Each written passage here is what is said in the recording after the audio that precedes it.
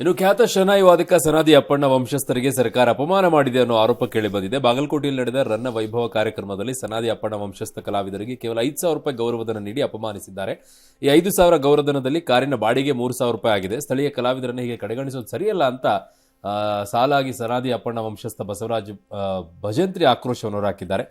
ಕನ್ನಡ ಮತ್ತು ಸಂಸ್ಕೃತಿ ಇಲಾಖೆ ನೀಡಿದ ಚೆಕ್ ಅನ್ನ ವಾಪಸ್ ಮಾಡಿದ್ದಾರೆ.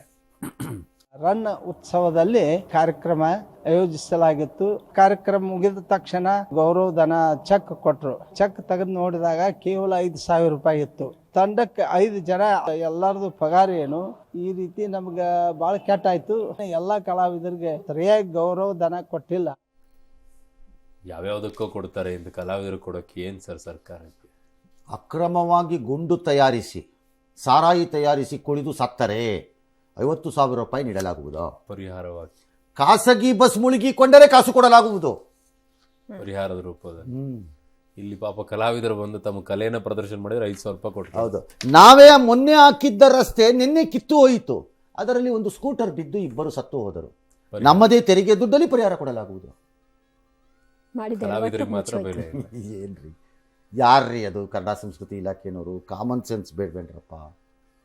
ನೀವು ಕರೆಸ್ತೀರಿ ಒಂದು ತಂಡನ ಅಂದರೆ 5,000 ರೂಪಾಯಿ ಕೊಡ್ತೀವಿ ಅಂತಂದರೆ ಎಲ್ಲಿಂದ ವರ್ಕೌಟ್ ಆಗತ್ತರಪ್ಪ?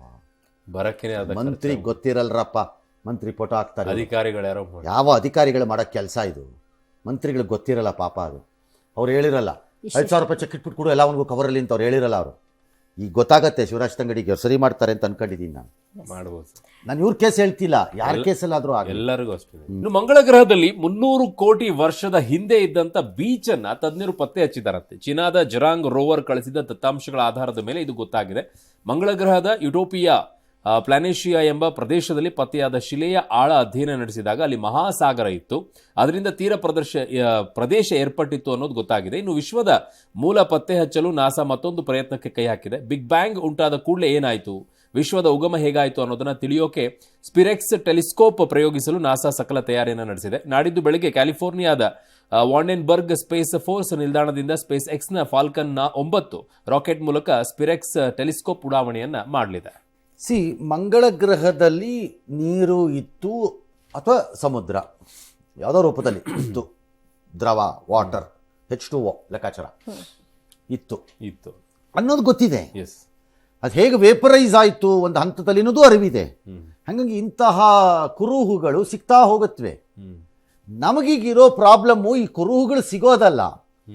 ಇದಾದ ಮೇಲೆ ಡೀಪ್ ಇನ್ಸೈಡ್ ಈ ಕ್ರಸ್ಟಲ್ ಏನಾದರೂ ನೀರಿದೆಯೋ ಅಂಡರ್ಗ್ರೌಂಡ್ ಅಲ್ಲಿ ಈಗಲೂ ಓಕೆ ಏನಾದ್ರು ಇದೆಯಾ ಅನ್ನೋದು ಪ್ರಶ್ನೆ.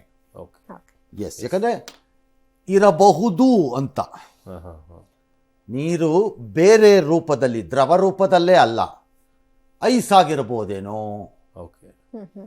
ಯಾಕಂದ್ರೆ ಅಷ್ಟು ಟೆಂಪರೇಚರ್ ಇದೆ ಅಲ್ಲಿ, ಹಾಗಿರಬಹುದೇನೋ ಅನ್ನೋದು. ಈ ರೀತಿಯ ಎಕ್ಸ್ಪರಿಮೆಂಟ್ಗಳು ತುಂಬ ನಡೀತಿವೆ. ಬಿಕಾಸ್ ವಿಜ್ಞಾನಿಗಳಿಗೇನಿದೆ ಅಂತಂದರೆ ಭೂಮಿಗೆ ಬದಲಿಯಾಗಿ ಬ್ಯಾಕಪ್ ಪ್ಲಾನ್ ಅಂತ ಅನ್ನಲ್ವ ನಾವು.